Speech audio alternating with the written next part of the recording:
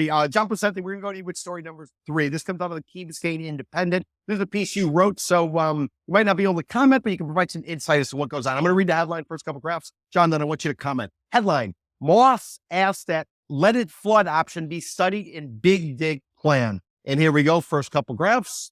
In an effort to leave no stone unturned in getting the lowest price possible, engineers are being asked to study what might be called a let it flood scenario for fighting rising seas and persistent street flooding in Key Biscayne. Anybody who doesn't know Key Biscayne, it is a municipality located on an island just east of Greater Downtown Miami. You get there through the Rickenbacker Causeway. And here we go. Story continues to say, the newest option, which came at the request of Councilmember Brett Moss, would allow for so much street flooding that only emergency vehicles could traverse village streets at the peak time of the deluge. The deluge. Excuse me. Streets would be filled with as much as 14 inches of water, not to exceed 12 hours. To be clear, the bargain basement concept wasn't recommended by village staff. It's just another what if to be considered before a January vote on the next step of the Big Dig projects, which have been delayed for months. Wow. John, are you saying that the rising sea level, one of the options being considered is just basically let all hell break loose? And then we'll figure it out after the fact. Or why don't you walk us through this? So let me, I know this is I've written many stories on this Big Dig. Okay. So basically, every time the sky sneezes in Key Biscayne, the streets have significant flooding. They have an outdated, gravity fed, stormwater, release system, and they want to replace it with a pump driven system. Which and so when they went to the village council, and they said, well, how much flooding do you want? They said, oh, we want no flooding. They said, well, that's going to cost $310 million. And they're like, what? Right. So now they're like, well, now what if we have it like maximum flooding?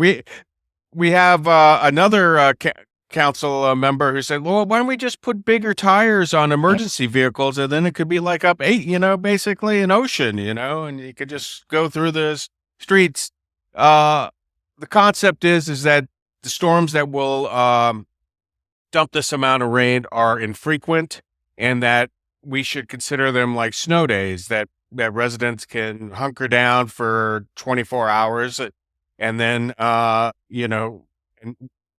the streets won't be able to be used until the waters recede.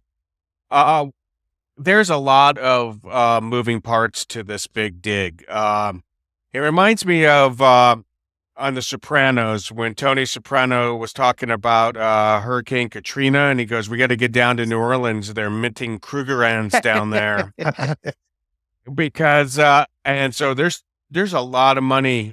People who control the purse strings in Key Biscayne are going to be doling out a lot of money for this project. And there is a lot of characters circling and trying to get, hoping to be able to swoop in and maybe take control of those purse strings.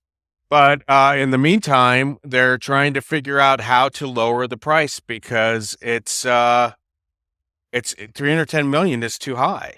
I mean, they're good at getting. I mean, they took out $100 million bond. They passed $100 million bond measure. That's going to be, but that doesn't. They're getting money from the state. They're getting money from the county. They're getting grants, all over the place. But they have to come to some kind of decision on what is acceptable. Now, let me just tell you that last week's. 2 weeks ago, the rain, that was 6 inches, 7 inches. It was chaos on the island. I mean, it was, streets it was like an ocean, and with sea level rise, right now, depending on the tide, they have to wait for the tide to go down, because because it's a gravity system. So if the tide's up, water's going to stay on the streets. So it stays on there until the tide goes down, and then the water can go somewhere. But it's a pretty bad situation regarding the flooding on Key Biscayne. No, John. One follow up question. I just did some rough math. You said $310 million roughly. There's about 14,500 people who live in the municipality of Key Biscayne. Just doing it ballpark, it's about $21,400 per citizen. So it sounds like a lot, big number. Doesn't sound like that much, little number per se. But what I'm really wondering is this simply a negotiating ploy? Throw out some crazy ass number, and then all of a sudden, when you come up with something else, it doesn't seem as bad. It could be. I think, like I said, that some people would say that it wasn't really thought out by this particular council on, when they wanted the Rolls Royce. Yeah, give us the Rolls Royce. And they said, well, the Rolls Royce is going Got to it. cost you. And they're like, oh, yeah.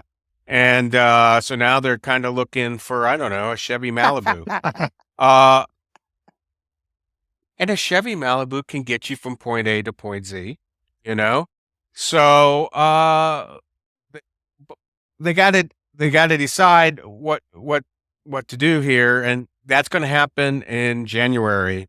And because they got to get shovels in the ground, because this situation is, needs to be rectified, but also because this is what this current council campaigned upon, we campaigned for the bond measure, campaigned for for the infrastructure project. And to tell you the truth, I don't know when the last time you were on Key Biscayne, but it's like kind of like architecturally wise, it's like going back into 1985, Yeah. right? The shopping malls are getting outdated. They're going to have to do something sooner or later. And, they're one big significant storm away from really having a reckoning, in my opinion, because these I mean, these shopping centers are not going to withstand like I don't know, even a category 1 or a category 2 hurricane. Interesting. Okay. Thank you, John. Fascinating story.